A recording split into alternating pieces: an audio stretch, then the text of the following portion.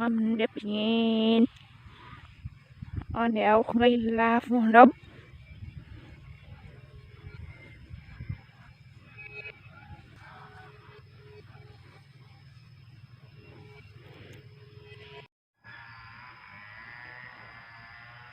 อันนี้คือนาของฟ้าเองเนาะ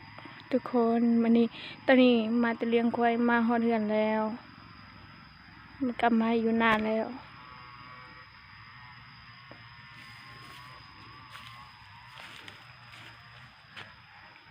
ฮอดนาแล้วเด้อเมื่อฮอดนาแล้ว